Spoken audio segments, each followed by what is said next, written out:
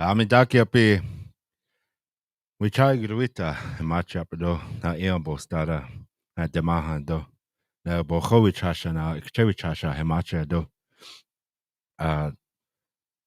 khante waposhna oyate ki ne agdi do na petu ki de dina washte do dina danyaya hipado.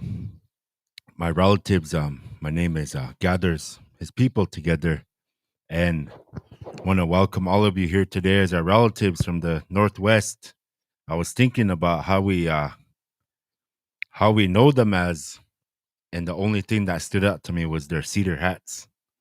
So that's what I call them, the people of the cedar hats. And we come here, and our customary, we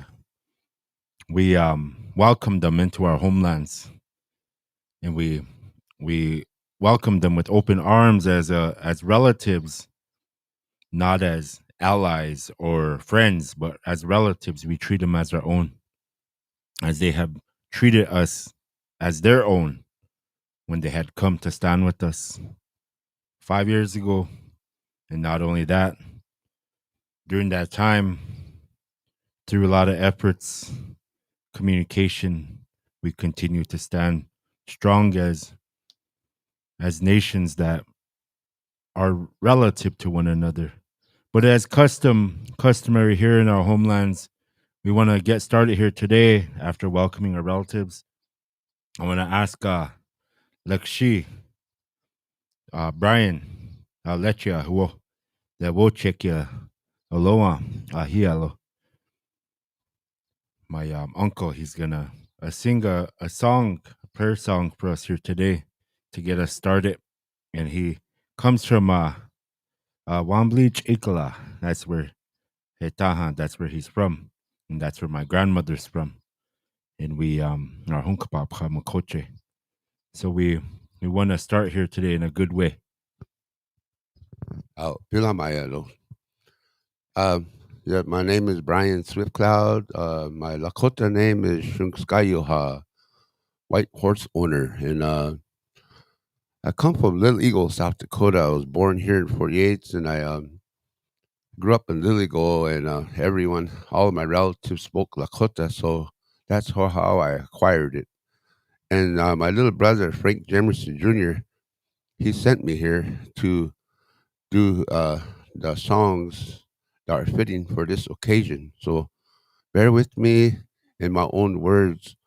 I believe Wakatkaka has brought us all together here. And in my own words, I'll sing a song and say wochika or a prayer. So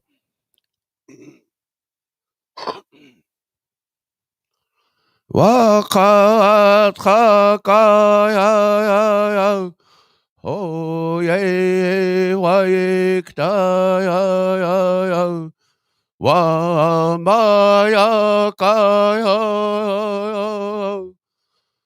oh she ya wa he no ya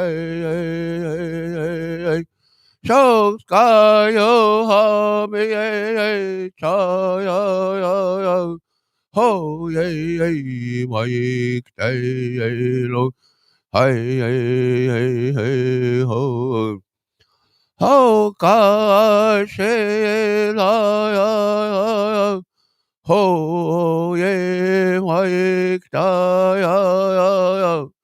wa ma ya ka ho she ya wa he na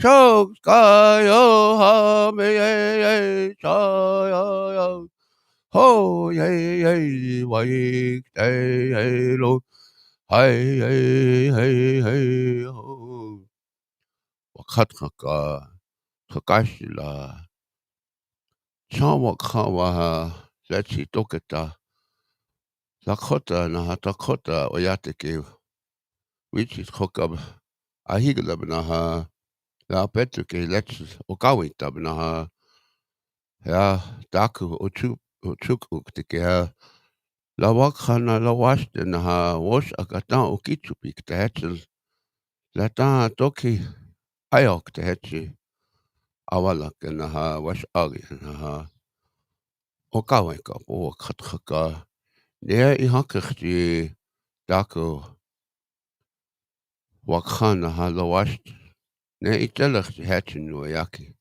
as le petuki ha oshitya ohina jibna ha daku pasi bena okya po naha was ago ya po was ake ne itela ita ota oyak upi naha daku ota was des oyak upi cha pila oya pelo na pet was de ikta let's okina jimna ha let's hochi cha ho na machi unaha de wak bahi honi pehna cha Wichala was de na wain chala kinkte hetzel hochi cha wakhat ne itela dakuka yakagel ha lawashte chap hilawe ya below how heti tuelo. Ha Pilau Yalo Lakshi.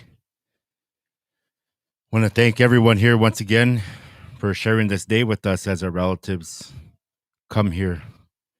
At this time, I want to call Koda, our relative, my friend Doug James. If you'll come up here and share about this Chawakhan and the journey that is being made amongst our homelands. And we all understand that everything that is here in existence is sacred to us. It's not a ideal of ownership and title. It's an ideal of responsibility, not only to us but to the future. So our relatives that have come here to help one another, to send that message, not only here today to those that are in power, those that have the responsibility for our future, just as we do, but for our future, so they can look back and see where we are today, where we had come from before, and where we're going in the future. So I'd like to hand this over to Koda. Thank you, brother. It's a great honor to be back here on this land once again. You know, we've brought a pole here, like you were saying, a few years back. And we brought that pole right to the campground.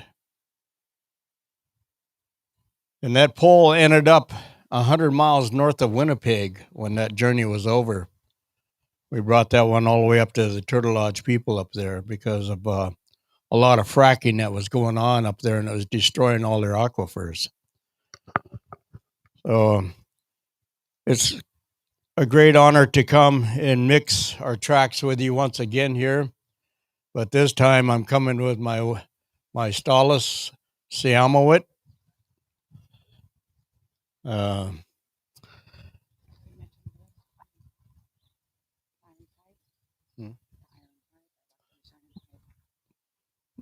Yeah, we've been traveling across the West Coast. You know, we came all the way down from the Olympic Peninsula, from the San Juan Islands, down all the way down the West Coast, and we done a lot of stops along the way. That was our first leg of the journey, and now we call that the Red Road West journey. But I'd like to honor my brother Sasiath Jewel James. You know, he's going through some trials in life. You know, he's got some health issues that are happening right now, and that he's got to deal with. But he's here with us in spirit. You know, and he's been watching everything that's been going on through the local media. So just lifting our brother up here and asking, you know, that you, if you're a praying person, you know, just to reach out and remember him in a prayer, you know, that he's gets a quick healing. So when we were asked to do this poll, Saul Caleb,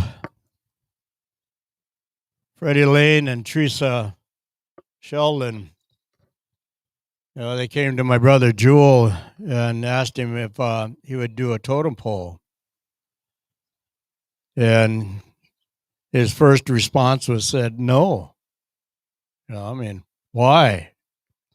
Because Fred and Teresa just came off the Get the Indian Vote Out campaign, and so they were really instrumental in that movement and very powerful, and what they've done.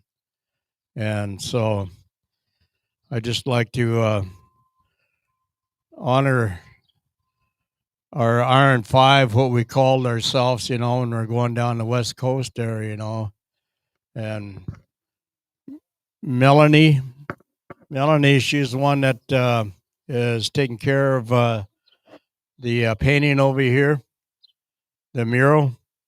This is the third one that she's been involved in. She was there when we came across with the 9/11. No, with the Winnipeg pole.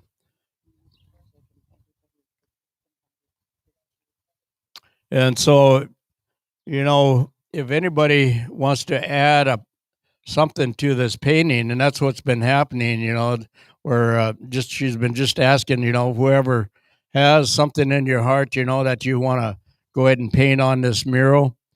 It's a combination of all people from a lot of stops that have been painting this and getting this all put together here. So just another can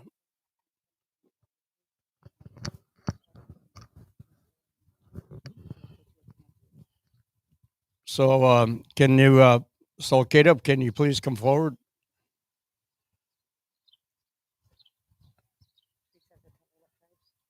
Teresa, Sheldon,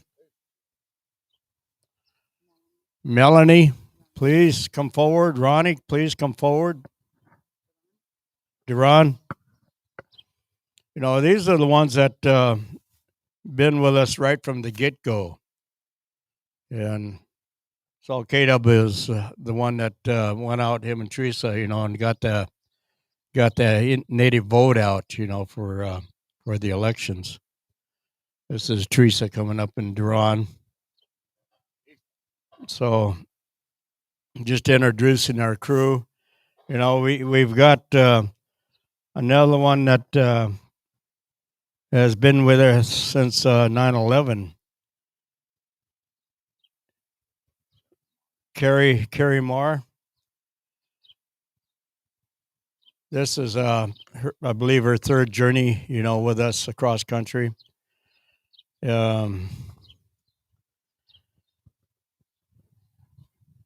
We've been lifting up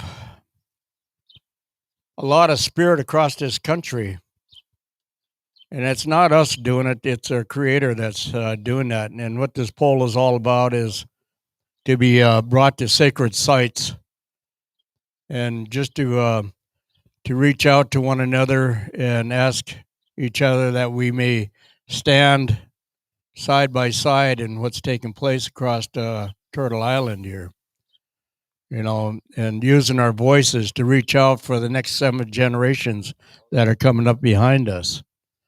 And like we have that opportunity to do that before we're long gone and dust, that we can pass the baton down to our children and at least be able to leave something from behind, as we move forward.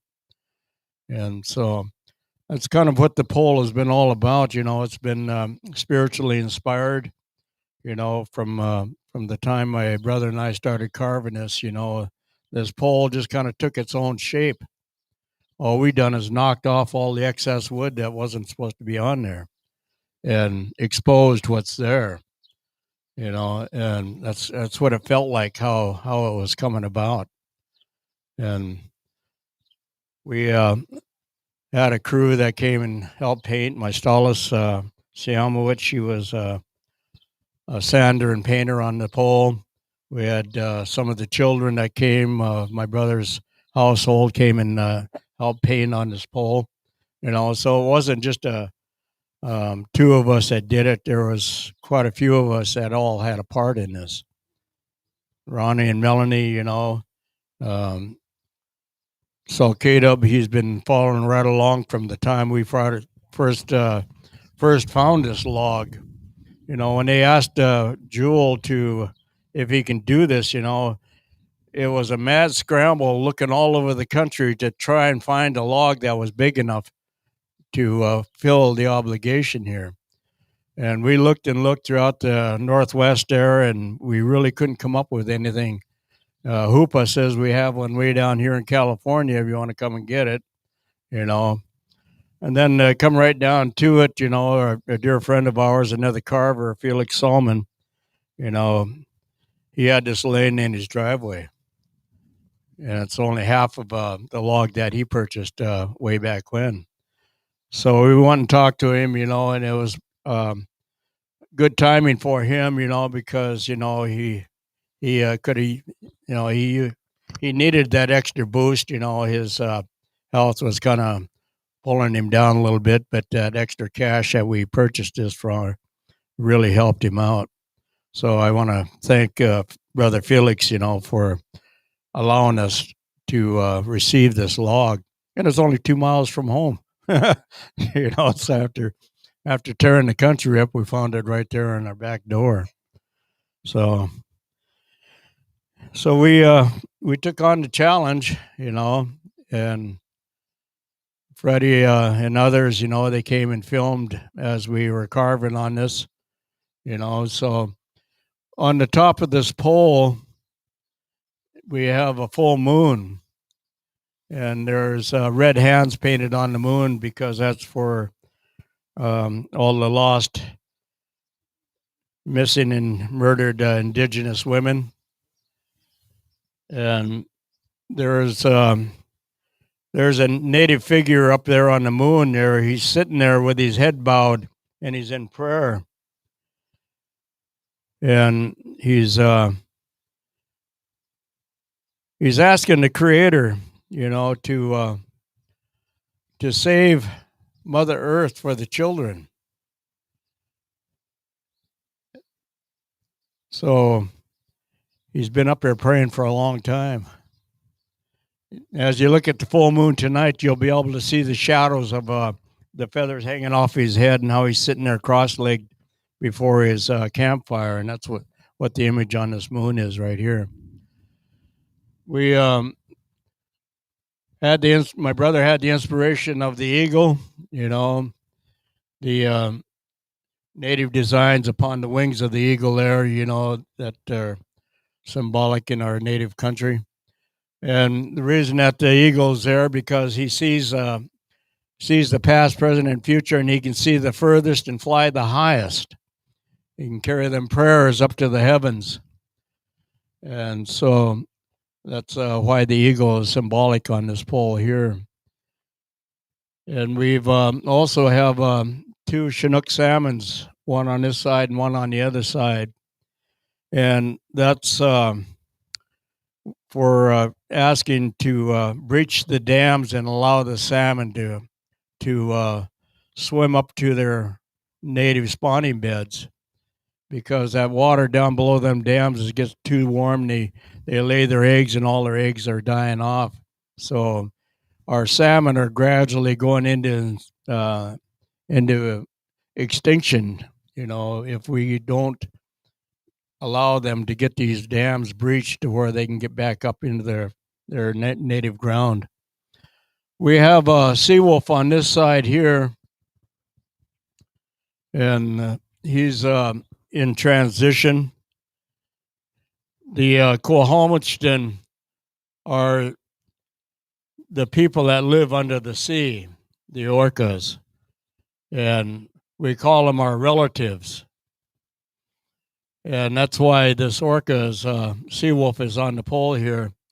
And it's speaking out for those that don't have a voice. We have an orca that we've been trying to bring back home down in the aquarium down in Miami. And she was captured when she was 4 years old, and it was like how it was in the old days when they came and took all the children away from their parent. Well, that's what happened to her and 40 other young whales, that they just came in and just stole them out of our waters there without permission. And she's the last living survivor of them orcas that were captured from 1969 up to 74 there. And we've been trying to see if we can get her released. So that's why the orca's symbol is on this pole here. On the other side of the pole, opposite of it, there's another fin there, and that's a sea bear. We have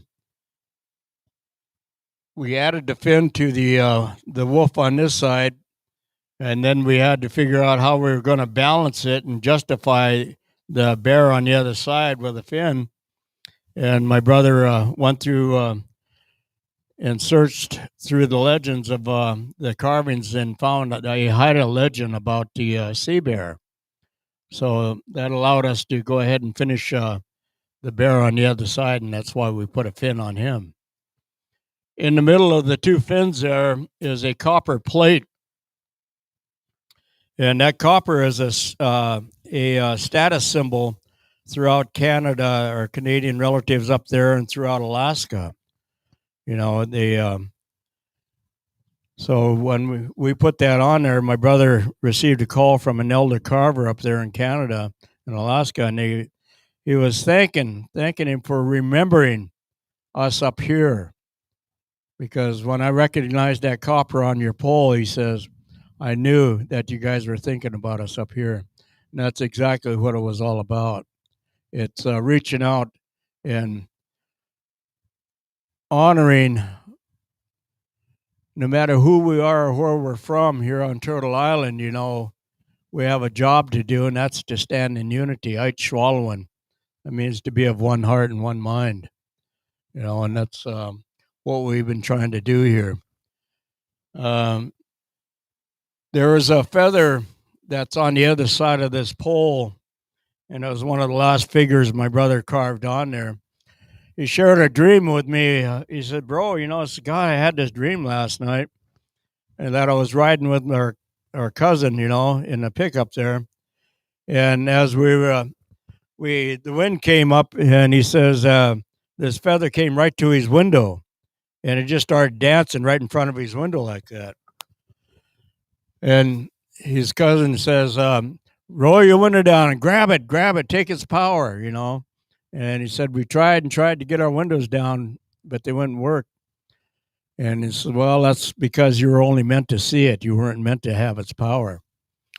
From that point on, after he had that carved on there and painted, he put 3 feathers in his drum. And he carried them across the country as we were traveling.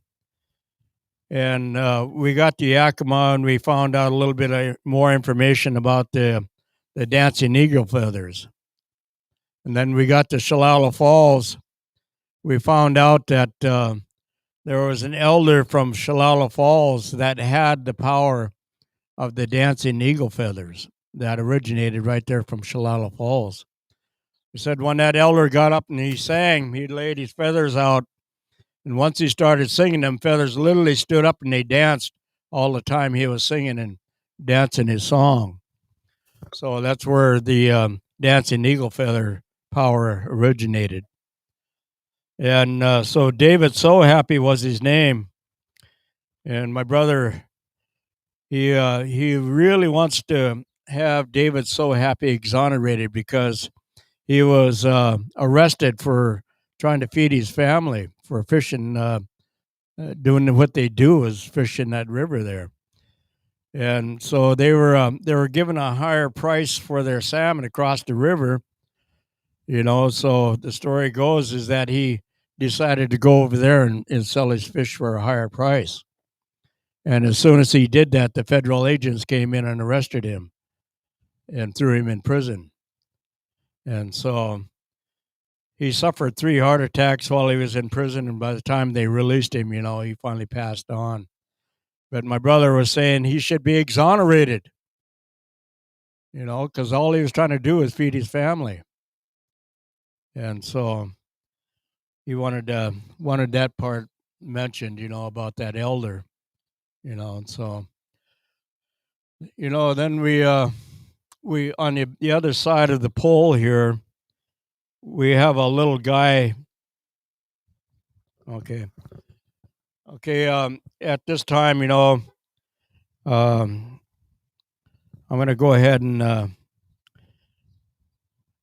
let Siamawit explain what the red hands are about, and the grandmother that's on this end of the pole, and the granddaughter here, Siam. Noun Siam. Siamawit Senesnat. Laktamish. Exlamison. I'm very happy to be here today. My name is Siamawit. I'm married to Sitka Kadam. I'm one of the artists on this from the House of Tears Carvers. And I am Laktamish, and I want to acknowledge my Laktamish relatives here, including Lana Jack, who has been doing her self-funding to try to get herself to DC. So we want to recognize Lana for her dancing. Dancing to DC is what Lana is doing, dancing to DC. And I want to just, usually I speak from my heart, but today I have something written because I didn't want to forget anything. My brain has been scattered as we've been traveling. How many times, Freddie? 111 stops. So I'm getting kind of scattered in my brain. And so I had to get myself a little bit organized. So I'm going to ask my Freddie to hold this for me. My Freddie. My Freddie. So I want to talk about grandmother. Grandmother is on top of the totem pole. Grandmother is a prayer woman. Grandmother is peyote woman. Grandmother is medicine woman. Grandmother is praying in her traditional ways using a rattle. On the other side of grandmother is her grandson. Her grandson is incarcerated. He's incarcerated at the U.S.-Mexico border. He's detained by the United States government. And the reason he's detained is because his family wanted to come into this side of the political line. However, as the family was coming across, they were not allowed to come across because they could not properly prove their relationship to us who live on this side. And so they have been detained until they could determine their rights to be with their relatives. Grandmother is also on this side raising her granddaughter. Her granddaughter is learning from grandmother all of her songs, the native songs, the traditional songs, learning where to gather her medicine, learning how to sing the songs that her ancestors could help her with. Granddaughter is singing in the rain, and she has 7 teardrops. She's using one of those teardrops that represents the 7 generations of trauma that granddaughter lives with. Those 7 generations of trauma. She's in healing. So the 7 generations trauma represents the 500 years in past and the 500 years forward. So we are in healing, the granddaughter spirit. And so she's praying. She's by the river. The river is our bloodlines here. They're bloodlines of Mother Earth. So the granddaughter is praying also for the rivers. Granddaughter recognizes her role, that she's not only responsible for healing herself in her 7 generations of trauma, but granddaughter is also responsible. Granddaughter is responsible for healing Mother Earth of all the trauma that Mother Earth is also experiencing. When we talk about missing and murdered Indigenous women, According to Pueblo Action Alliance research from the Navajo Nation, which I was very impressed by the way they're young people that are taking leadership, and the National Congress American Indians, that Native women are murdered at 10 times the national average. 1 out of 3 Native women will be raped in her lifetime. 4 out of 5 women will be physically assaulted. 88% of the perpetrators are non-Indian and are not prosecuted by tribal governments. Tribes are both sovereign, which means they are an independent government and also dependent on the U.S. government. Since the Major Crimes Act of 1885, which took tribal court practices and authority away from natives. Public Law 280 in 1953 is when the federal law took away partial jurisdiction of criminal and some civil cases and gave this authority to the state courts. Indian Civil Rights Act of 1968 continues to allow federal courts to intervene in tribal courts. Tribes cannot prosecute violent crimes for more than $5,000 in fines and or 1 year in jail. This process is for only tribal citizens. Non-natives cannot be prosecuted in tribal courts. The violent crimes on reservations continues to be overseen by the U.S. government. When we speak of missing and murdered Indigenous women, we are talking about over 5,500 Indigenous women and girls who have vanished from their families, are dead by acts of violence per year. This is not new information in Indian country. Laws are slowly improving to protect Native women. The Tribal Law and Order Act of 2010 gives sentence increase from 1 year to 3 years maximum of 9 years. However, justice is not possible if there happens to be 4 or more series of criminal acts. Tribal courts are the court of record. Judges and defense counsel must meet certain requirements. Tribal laws are made publicly available and prosecuted inmates should be housed at federal expense and not tribal. These laws provided improvements, but clearly are not strong enough. Non-Native perpetrators know the tribal laws are weak and target Native women because of this broken system. In 2018, there were 5,712 reported missing, murdered Indigenous women. Most transferred to state as cold cases and were dismissed. There were only 116 registered into the Department of Justice database. When will the other 5,586 women and their families have their day in court? Tribal courts need full authority to prosecute tribal and non-tribal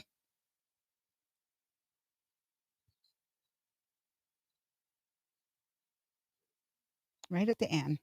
Here I am. Excuse me.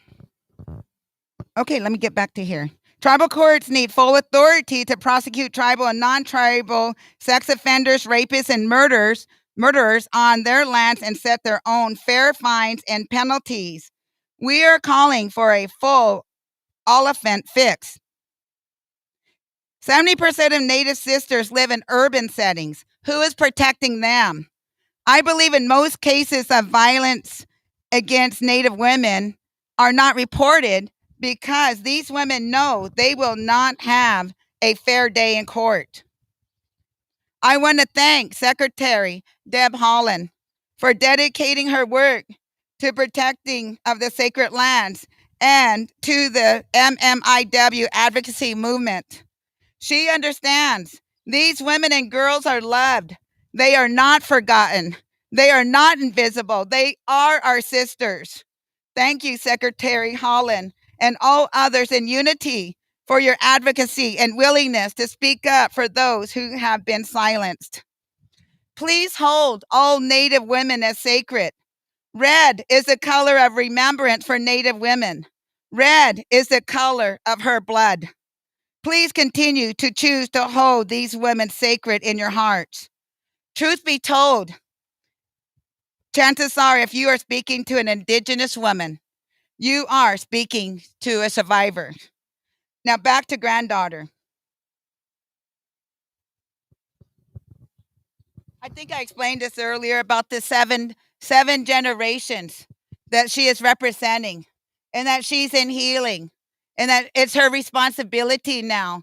My hands are up to all of you young people here. It's your responsibility. We're doing the best we can. In my language, we say "estitemsen." We're doing the best we can, but we understand that it's on your shoulders now, and it's our apology for not being there to support you and making it so hard for you to carry on with your work. But we are standing behind our young people. We're standing behind our elders because we're learning from our elders. Most of us are dealing with 7 generations of trauma ourselves and are in healing as we carry on in this totem journey. We're all healing with our brothers and sisters across Turtle Island, and we're all doing the best we can. It's called Estitemsen from our language. It's called Shalangan from our language. We're doing our ways of life, Shalangan. We encourage all of our brothers and sisters across Turtle Island to strengthen yourself and practice your Shalangan.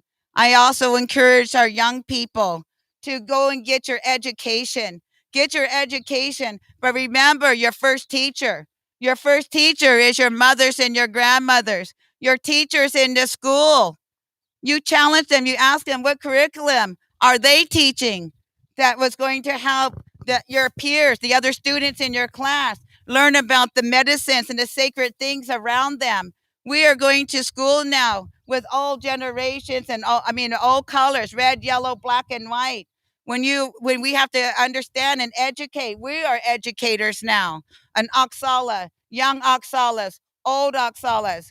We are all Oksalas teachers now. We all must take that responsibility to get educated so that we can educate others. If we don't do this education process and do this healing process and take ownership of what we can do to better ourselves so we could better our communities. Start with yourself. How could we better ourselves? How could we heal ourselves from the 7 generations of trauma? We start with going to our elders. Say, grandmother, how can you help me? How can you help me get strong? The sister came by earlier and she smudged me off. Thank you, sister. You helped me with my healing today. You helped me carry on in this good way. When we know of our medicines, we must utilize our medicines. Don't be backwards. Go up to your elders and say, I need help. Go up to your friends who are a little stronger than you. We are leaning on each other. My brother here, I lean on him so much. I lean on my family here. We need each other because a lot of us, my brother here will say we're orphans because our parents have passed, but we do have our elders. We do have our future. We are no longer the broken people. We are the resilient people. We're no longer the ill people. We are the healing people. We heal ourselves, and with that healing, we could extend our healing to our brothers and sisters, and that we could heal this place. We could heal starting here. My hands are always up to Standing Rock. I was in the casino last night. Thank you for that beautiful rest. But I bought this shirt because I stand with Standing Rock. OCM.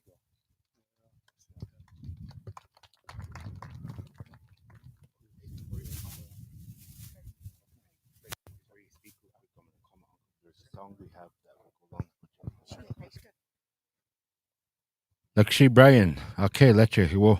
Aloha. Ahia. Our relatives, what our relative here was talking about with our women missing, murdered. We have my uncle has a song that he's gonna sing.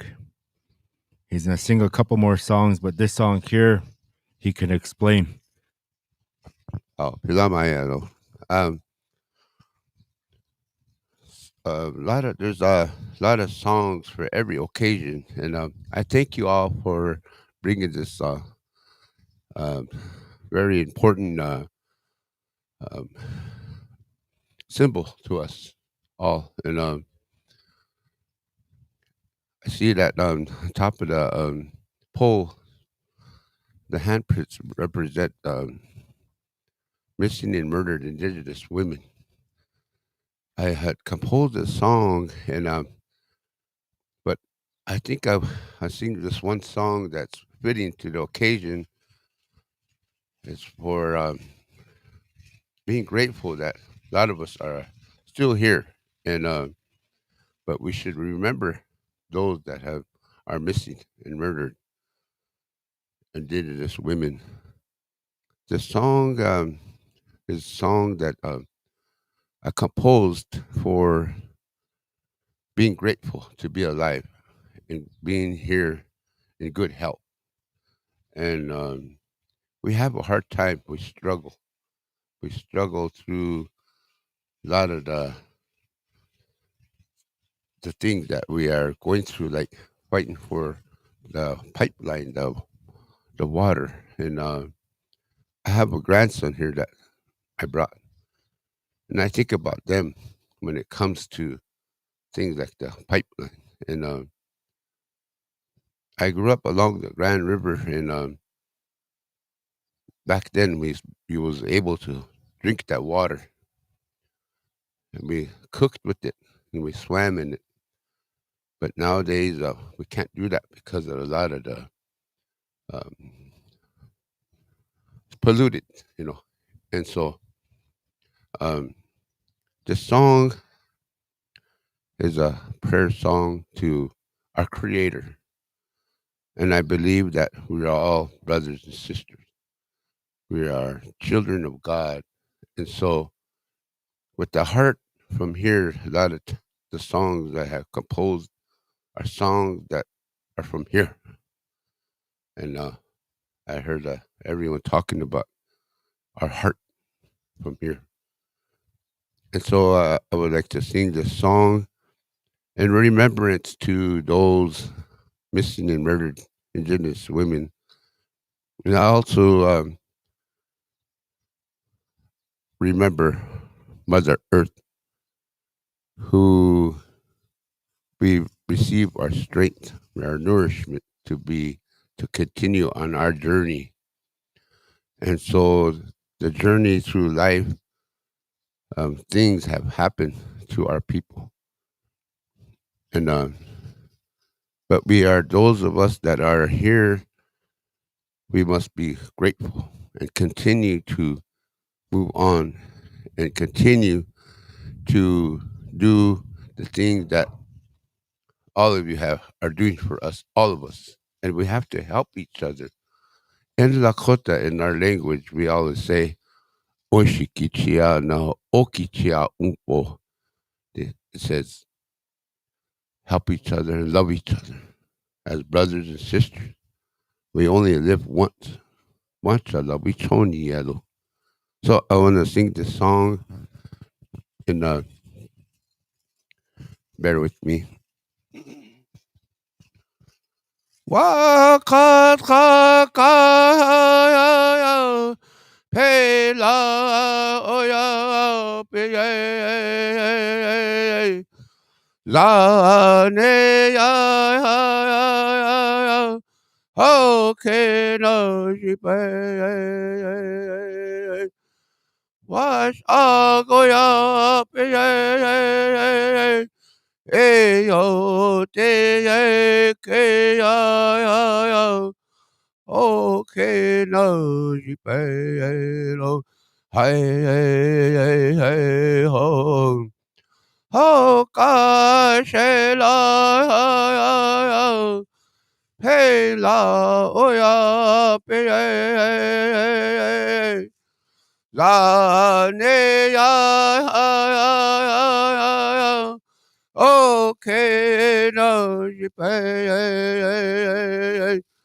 o ka wa ya ke e yo te ke ya o ke no ji pe lo hai ho ho ka ya te he la ya pe la ne ya ho ke no ji pe Wash Goya Hey yo te ke yo okay no jipelo hey oh. Thank you.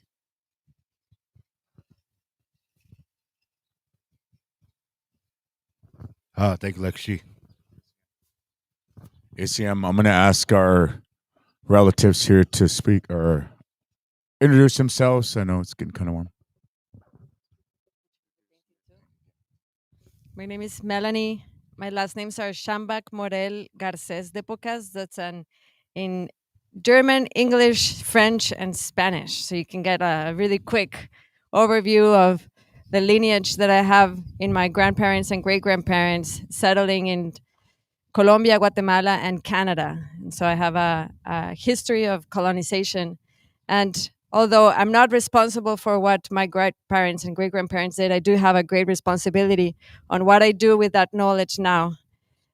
And that only reflects on like how my own conditioning, a responsibility there, but with the relationships around me, the way how I deal with community and create community, the systems that I'm part of, and the way how I create culture instead of consuming culture. And recognizing the impact of colonization, of greed, of capitalism, I find creativity an incredible important item, an incredibly important element in our day-to-day lives, because it is what exercises our brains to create from the potential future and rely on hope and find a connection with one another.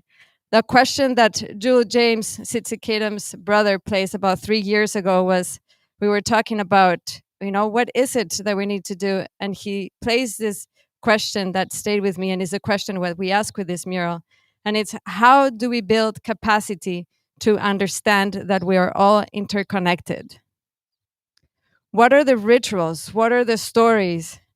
What are the costumes? What are the little things that we do in our day-to-day life that brings us that connection with not only with ourselves, but with one another and the earth that we live in? So when you come to this painting, you're going to see it's been about 160 people that have reflected on this question and placed their answer through metaphor, through imagery, through just thoughts. Sometimes if you just want to paint by numbers, you can put good prayers and good thoughts into the painting so that it travels far away. And so you're welcome to join. As soon as you come in there, if you think that you're not an artist, you just become an artist as soon as you place a foot into the painting. We need to remember that art has been part of our culture since time immemorial. It's been Western education that made us think that arts, it's only for professionals. There's a good place for theater and stages and galleries, but not to the cost of community art. We all have the right to create art. So we're all artists when we create together. Thank you for being here. I feel very grateful of being with all of you today, and always incredibly blessed to be part of this beautiful family. Thank you. Tigwidsi. Hath Dadatu, Teresa Sheldon Seedsta, Tualcha Duflalep, Tigwid Seed, ACM. My hands up to the House of Tear Carvers for allowing us to gather this morning. It's the vision and dedication and the artistry of the House of Tear Carvers is why we're able to be here with all of you. Being able to share and spread the beautiful teachings that our families have been gifted and that the spirits continue to bless us with. My name's Teresa Sheldon. I'm from the Tulalip tribes. I'm a former elected. I'm not running for re-election, so I don't have a 20-minute speech for you all. But I do have to acknowledge my grandmother, Nola Heminger, who is a citizen of the Sisseton. And so I want to say, Tigwid Seed, thank you for hosting us, for allowing us in your territory. Say Tigwid Seed to the horses that escorted us in such a beautiful spiritual way this morning. I also want to acknowledge Janet, who is the candidate for chairwoman of Standing Rock. And I have to acknowledge her because as women, we are constantly silenced and put back behind and disregarded and dismissed. We know that missing murdered Indigenous women and girls is not a new issue. We know that the perpetration has been here since boarding schools, colonization, genocide, assimilation. We know that a lot of times the people who stand up and speak and sing songs and say the prayers are those perpetrators committing the violence. We know that in the community, yet the silence is what kills us. And the silence is so deafening. So when we have our artists who give us an ability to speak to the policies and laws that dictate our lives, what a blessing. And that's what this journey has been, a blessing to talk about the federal laws and policies that are literally killing our people. And enough is enough. And we say no more silence, no more abuse, no more denial. And all of that comes in different ways, in different formats. And your artists are able to tell the stories of the suffering, the healing, the progress, and the thriving. And the thriving is where we're at. And the thriving is about, we have an administration who actually cares about Native Americans. We have an administration who has appointed the first Native American woman, Secretary Deborah Haaland. Historic. Right? We have an administration who's currently right now doing consultation on Native voting rights. On July 28th, the White House will hold a consultation in this territory over Zoom for COVID safety. And they'll be talking and asking Native voters about voter suppression. We know voter suppression is the new attack. The voter suppression is the new racism of 2021. And so we cannot stay silent and we cannot not step up. And so the creator is asking us to use our voice in whatever means that is. If that's art, if that's in creation, if that's writing papers, if that's using your Twitter and Facebook and posting, we ask you to embrace that and use it. And we just say Teaguid Seed and ACM for this time and being able to share with all of you. And we appreciate you so much for what you bring forward to us. I just want to end with acknowledging State Rep Ruth Buffalo as well, who is here and serves on the National Boarding School Healing Coalition. Right now, our children are being returned, and our children are saying, thank you for not forgetting us. And so we know the boarding school hasn't left us. Many of our families are still impacted. Many of our grandmothers and mothers do not hug and cannot sing the songs because of boarding school. And so we know that work is happening right now. And it makes a difference to have amazing, beautiful, heartfelt, strong women leading. And so I just want to raise my hands to her and say, Teaguid Seed, ACM, and thank you all for just allowing me to share my heart with you and have this moment.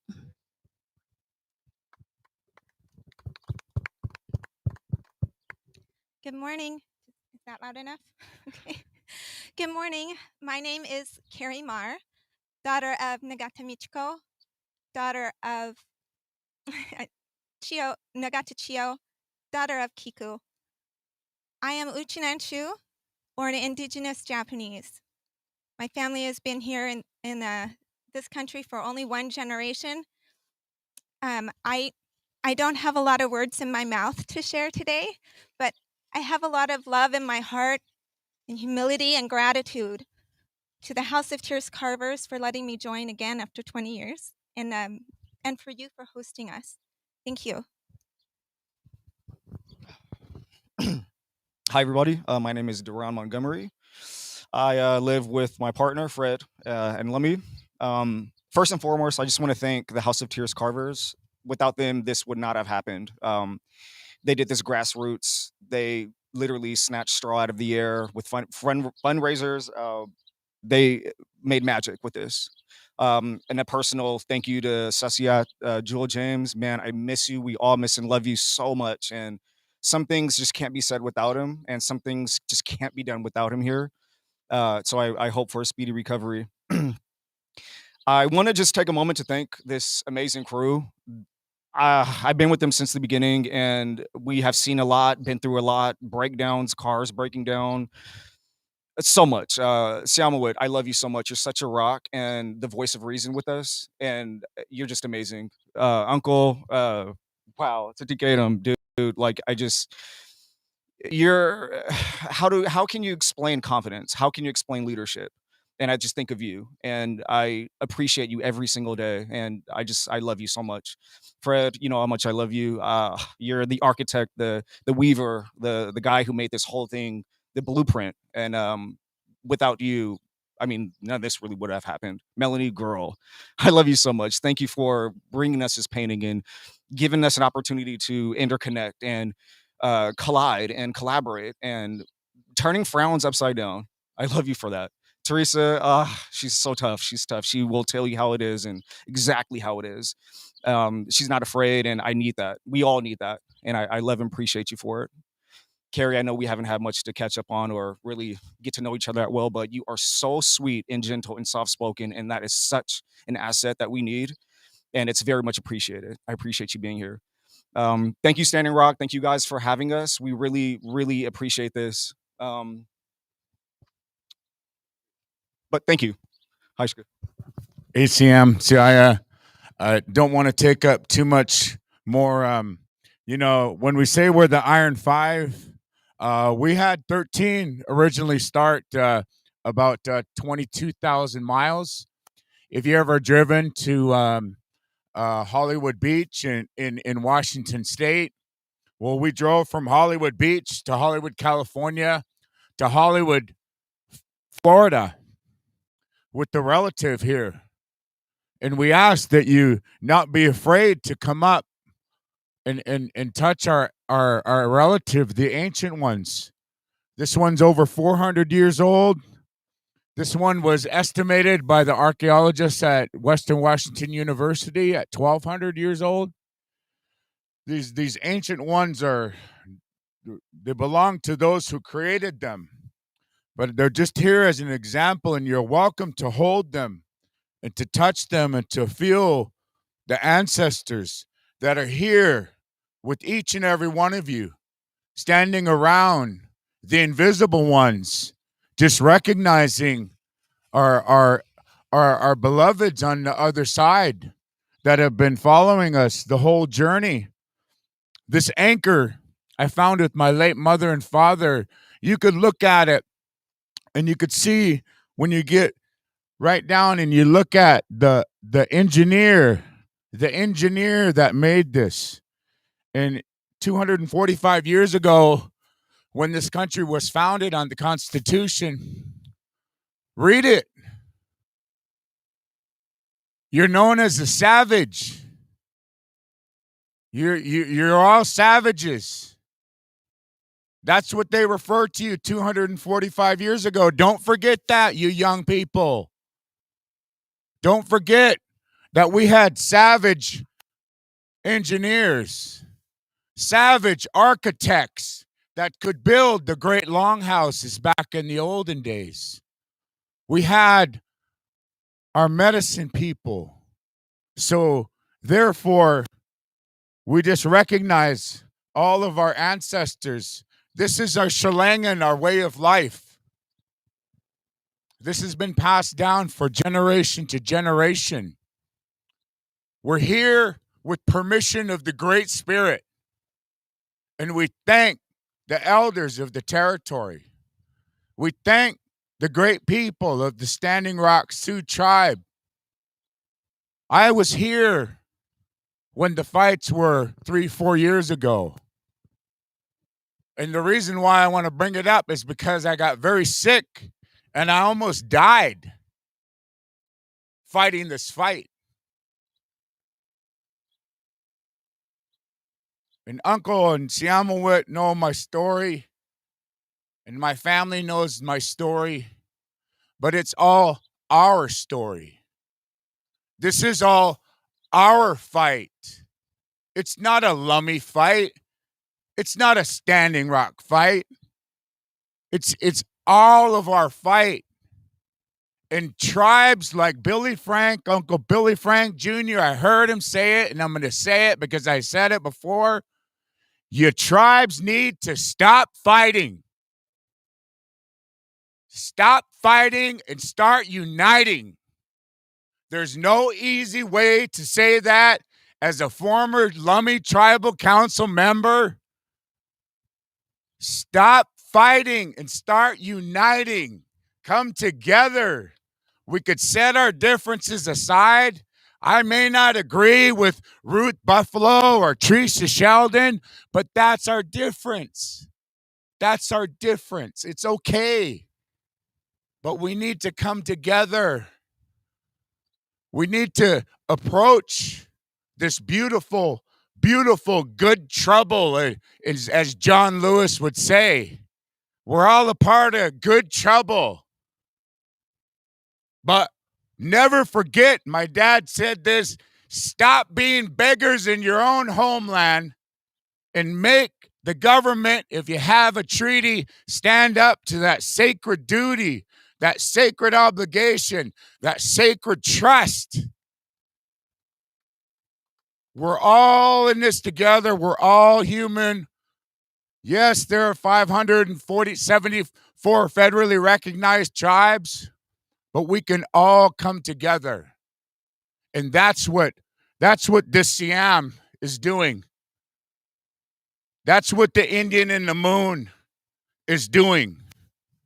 Tonight, when you see the moon come up, watch it when it comes up, and you'll see the Indian sitting there, legs crossed, just like this. To finish off, I just want to say thank you again to our relatives here, the leadership, to the speaker and the relative that blessed us. Again, the horses that came in. We have a little scrapbook. If you could just come and put your signature. Don't worry about reading the treaty language on the other side. But come and sign our scrapbook. Come and put your hand on the pole. Before we leave, we always like to have a picture and do a video. And I know we're going to be here and we're going to run. But we're also recognizing this wind that you feel right now has been with us all the 111 stops all across the great country we call America. And so my applause to Sasiath back at home, all of the prayers. Just wanted to tell you that we love you from the road. All of our veterans, our elders, our youth, our leaders. I don't speak on behalf of the Lummi Nation. I speak on behalf of my family, the House of Swaloose, and our Eagle Clan. But as a formal elected, I've also learned that it's important as elected that we're also diplomats. We also are peacemakers and bring people together. And that's what our Siam right here is doing. The salmon we protect, the eagle, all creation, like Sasias says, all creation, everything was created for a reason. And just as the eagle flew over the elders right here, right before I spoke, is a testament of what we witness all across this great land. I want to thank Judith LeBlanc. Judith, I want you to come up before I forget. And I want Judith from Native Organizers Alliance. I want to thank Cecily, Jay Julius, my nephew. I want to thank Dr. Kurt Russo. Where you at, doctor? He's always in the background. Dr. Kurt Russo. I want to thank the Clackamas Foundation, our friends at the Natural History Museum, Becca, Economopoulos, right here. There's so many people behind the scenes that I always forget to thank them. I always forget to recognize them. And as we get closer and closer to DC, you know, I have to thank the Lower Elwha Sklallam, who were the first tribe that came up and gave us a generous donation to help us with gas, to help us with, you know, they do it in the old fashioned way, and they'd walk up to Unc and shake his hand and You know, it gas ain't cheap, but you know, thinking about the Nooksack, thinking about the Port Gamble Sklallam, thinking about Muckleshoot and our friends at the Viejas and our friends at the 29 Palms Band. These are people that our van broke down. I mean, it was a miracle that one of the relatives got the James brothers a new van.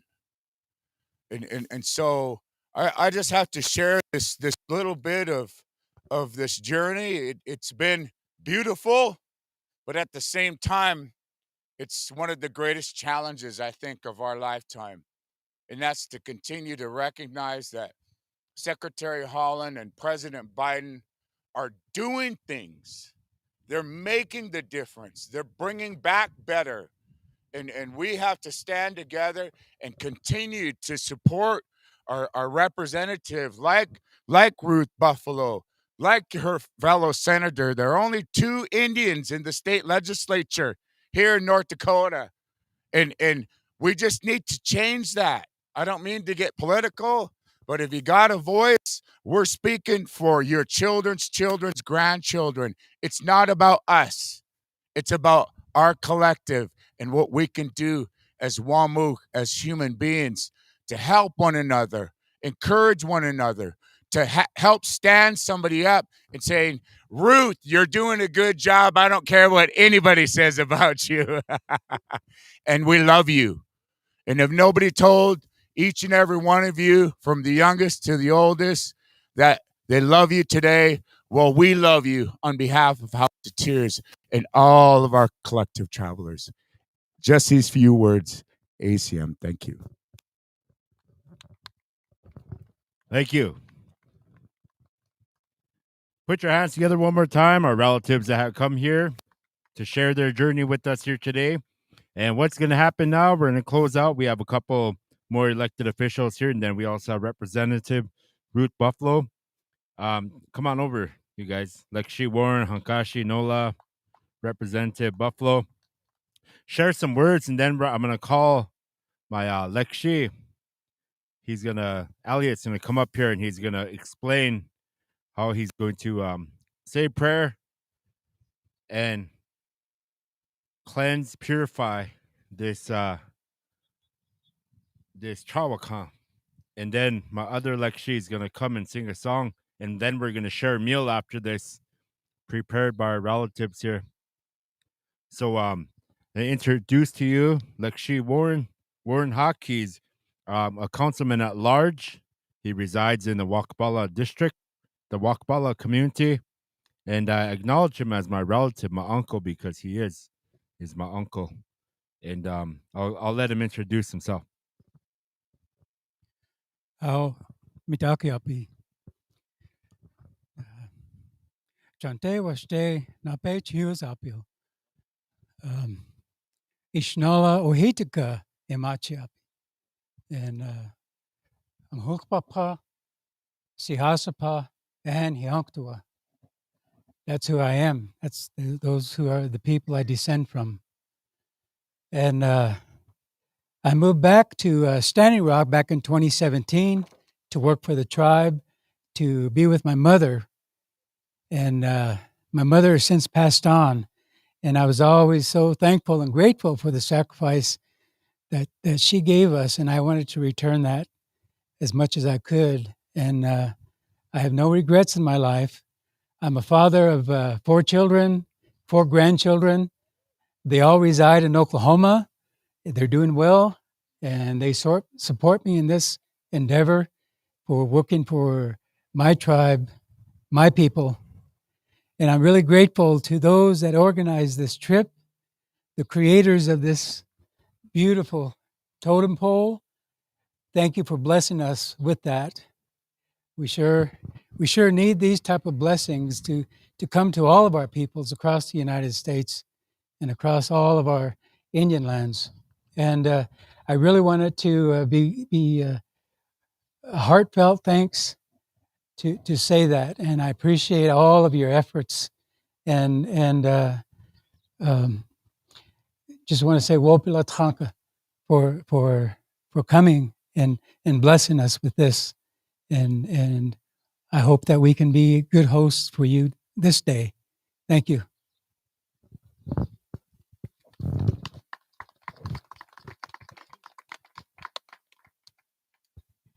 Havadakiapi, Hochokaluta wi machiapi, Iawashlata imataha, Pogonwi Nola taken alive, Imachiapi.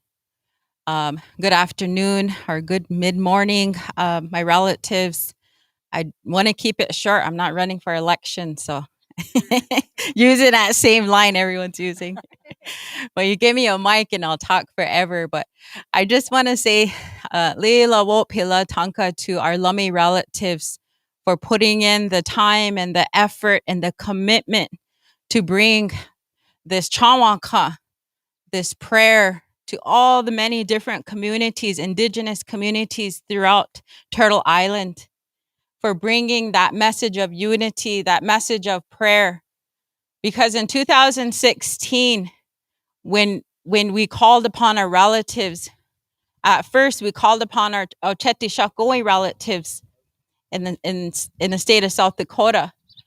But when we called upon our relatives, we had many relatives who came, who came from many different tribes. And one of them I remember is the Crow tribe. And there was differences years and years and generations, years back between the Crow and the Lakota people. But they came together at camp in 2016. Many of the tribes united. And I understand that with COVID, during this time, there's still that little bit of time where we have to be apart. And I want to thank the Lummi tribe, our Lummi relatives, for bringing this prayer from place to place. Because when we say unite, the Lakota word for that is midakuyu ewase. All my relatives. That's all of our relatives who came to camp. And speaking from Standing Rock Sioux tribe, I want to thank you, and we continue to thank you.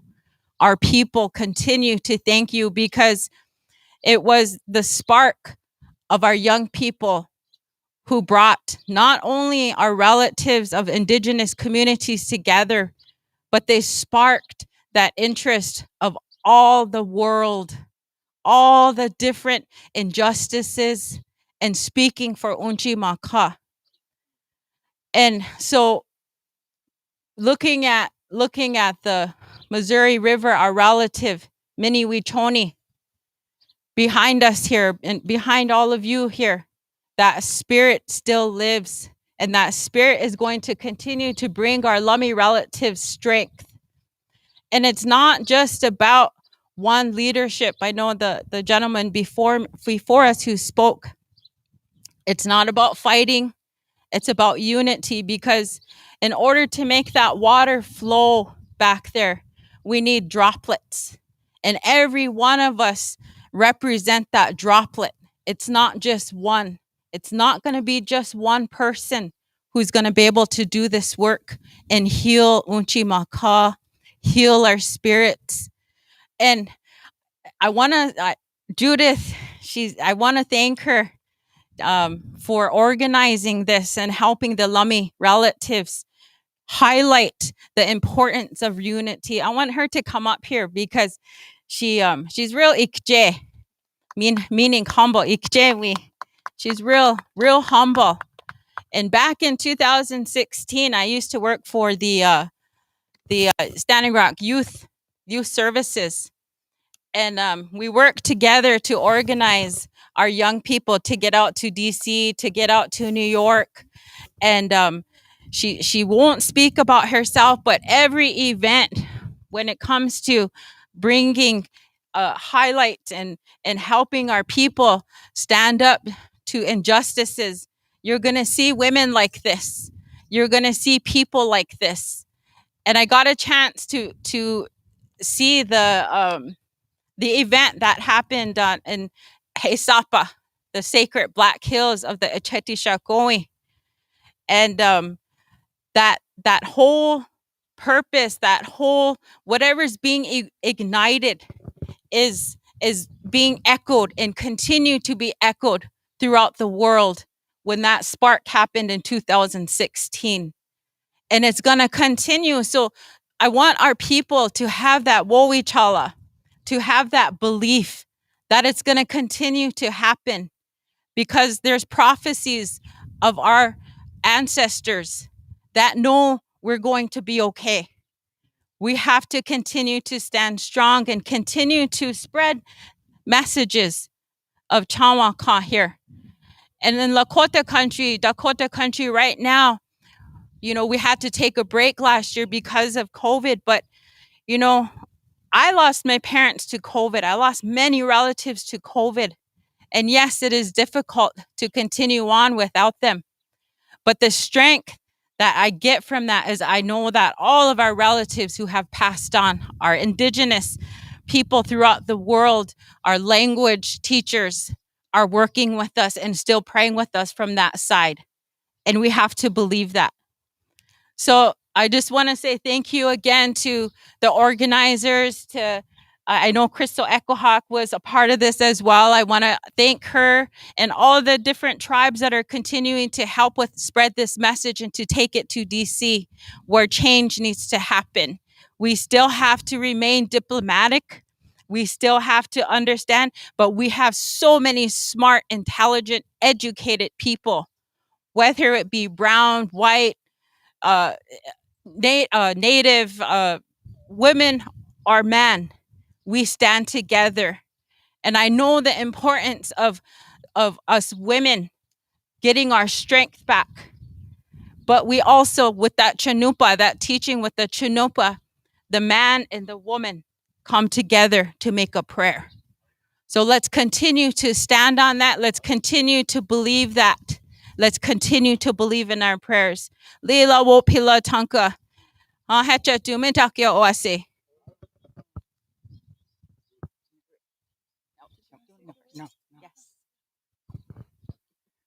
Good morning. He honey wash day. My name is Judith LeBlanc. I'm citizen of the Caddo Nation, and I am the director of the Native Organizers Alliance, who's been working with Cecilia and the Natural History Museum and many groups to support our Lummi relatives who've given us the honor to be here. And now to have gotten the honor of being received by you, my heart is very, very full. When I think about unity, when I think about the future of our people, I think about being in the camp. Late September, good warm weather. The sun is setting on the hills, and I can smell food coming down from the food shacks. I could hear more than one voice singing from the different camps. And there were children running, chasing the dogs, and the ponies were in the background. That's where I go when I want to get a sense of the future, what the future holds for our descendants. That's where I go when I think about our ancestors, all of them, from Nelson Mandela in South Africa to Cesar Chavez from the farm workers. And when I think of Sitting Bull, and when I think of the leadership of Standing Rock that held us here in a good way, Wopila, from the bottom of my heart, Howie.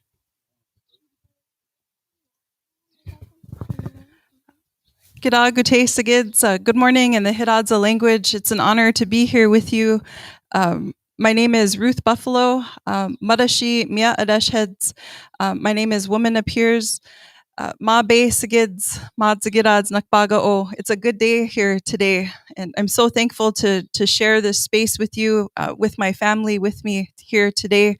It's always good to come back to Standing Rock. It does feel like home here along the Missouri River. My daughter is the first in our family that hasn't had to go to a boarding school, and as Teresa mentioned, I'm a board member of the National Native American Boarding School Healing Coalition, and so our board really encouraged us to make sure that we we came today to this event and offered our support and our words of encouragement, and also our gratitude, our thanks for everything that you're doing for all of us. And I echo all of the words that were previously shared. And one thing that really stood out to me was the women and men, all people, all genders who face violence. Before the pandemic or before COVID, before the shutdowns, I had the opportunity to travel to Mexico with a group from Fargo, where I currently represent the District 27 in the House of Representatives, which I'm so thankful for, to represent all people. But while we were in Mexico, we were able to visit women's shelters that were underground, because there are women who are fleeing violence from South America with their children. And we also met with policymakers on the Texas side, and thinking of policy and how important that is to have fresh perspectives and our voices at the table. And they had shared, a policy change just by a few words would make a huge difference for people who are legitimately fleeing violence in South America, women and children. And oftentimes those individuals are not welcomed in and around the border in Mexico. And so they have underground women's shelters. And so we were able to meet with them and to stand in prayer with them. And so I think of all of our relatives across Turtle Island who are striving to thrive, to live. One of my good friends from Standing Rock, we went to school together and got a master in public health. And she would always say, we need to fight for a good life, not in the terms of violence, but we have to rise above the challenges that each one of us face on a daily basis. We know we have a lot to overcome and that we have overcome. And so with that, I also want to acknowledge the mourners. And I just want to say thank you, Madzigidads, for allowing us to share a few words. But I also wanted to pass the mic to my daughter. So Madzigidads, thank you. Dosha Madeshi Hobari Shibisha Wiish. Hello, I am Maya Buffalo, Black Medicine Woman. And I just wanted to say thank you all for being here today. And I appreciate what you guys are doing. I also had the opportunity to go walk with the water walkers and the runners a few days ago. And it was really powerful and inspiring. Madzigaraj. Thank you. All right, put your hands together for our relatives up here, our representatives that have come up here and shared some words of encouragement for our relatives on their journey. As I close out this part, when I ask my uncles to come on up here. One thing in closing, my name is Charles Walker. I just introduced myself by my Dakota name, but I'm also on council. Want to thank the Lummi people, the Carvers. I do have a connection with Lummi also. My sister lives in Ferndale, right outside there, and my brother-in-law is Justin Guillory. My sister's name is Sunny. My brother-in-law, he's the president of Northwest Indian College in Lummi. So I was out there in your homelands just not too long ago, about a month ago, and it's always good to go out to Lummi territory and donate to the Silver Reef. No, I'm just kidding. But beautiful lands out there, all in the Northwest. I stopped at Tulalip and all the other areas. And one thing I want to say is that we do have some water protectors here also. I want to ask them if they can come and add on to the painting here as our relatives go on to that journey. And, once again, to our relatives, Dina, Danya, Yahipado, we're really glad that you have come and you have returned. You have come here today. So I'll turn this over to Lekshi once again, and we can sing a song. And I'll have you want to explain relatives real quick? Ametake pitch, Tevastan pet shoes up below. Le azile chuma shipicha. Le we wing with Shashaki Leonka pictolo. I was asked to assist with the purification of this Chawakha for its journey throughout the country here. So we have some of our sun dancers here to help with that. They're gonna what we call smudge. We're gonna smudge this tree and pray for all the relatives that come in contact with it when we're done here. I imagine you can come up and touch it or pray with it. But I'll ask my kola here to sing a Tate Topaloa, or 4 directions song, asking the Creator to send His good spirits here from the directions to bless this tree for us. Hohechitilo.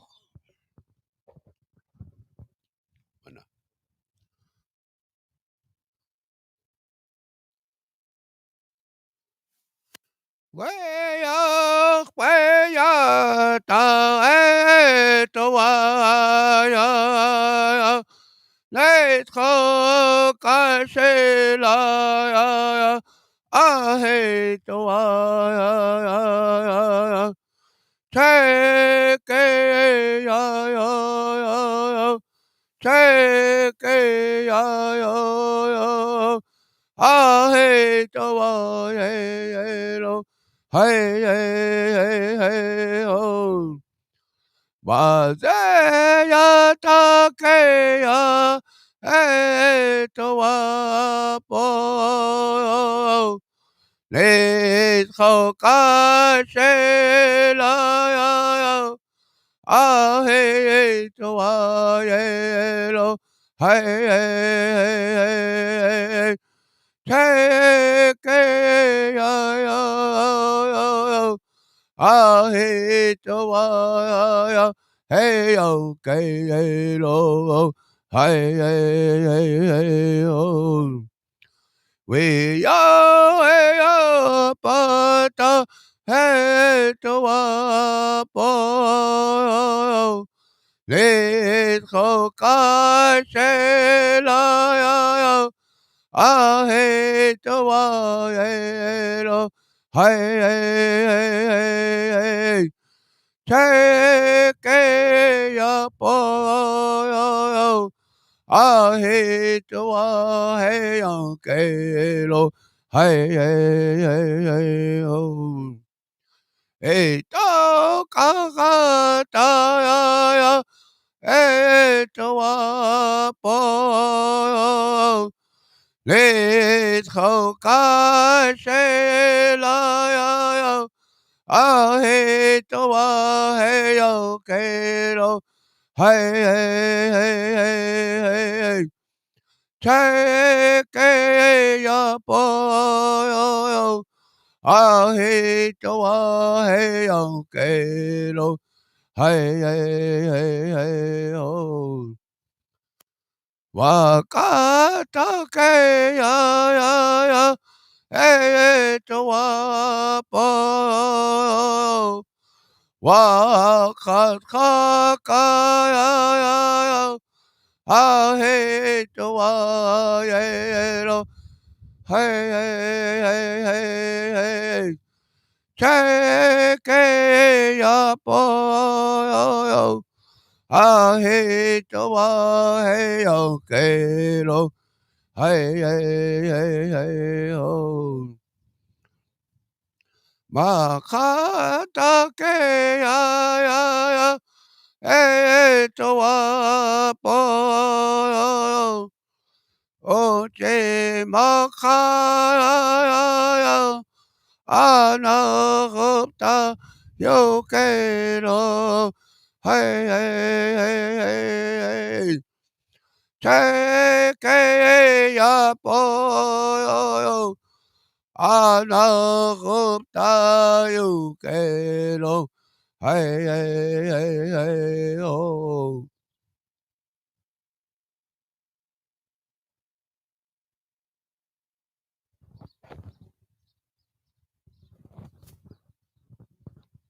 Hobetakiopi.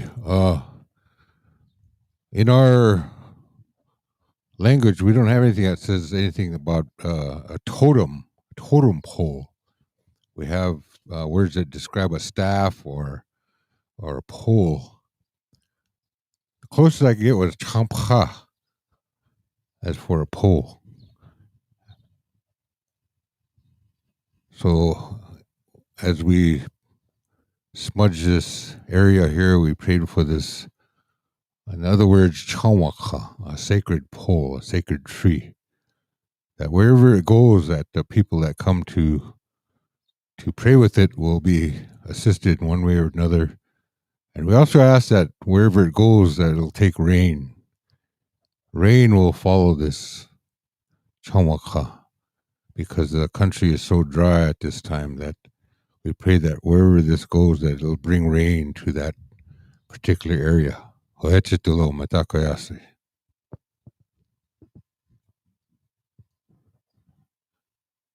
Charlie have to leave, or is he still here?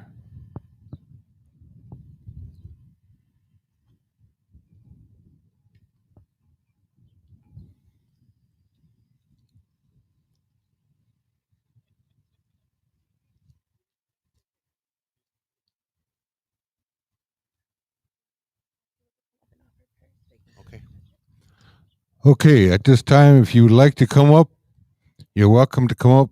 Put your hands on there. If you have any offerings, tobacco, or anything, you're welcome to come up, put that up there, say a prayer with this chawaka as it prepares for its next leg in this journey that is being taken. You're welcome to do that this time. Ho'echitulo matakoyase.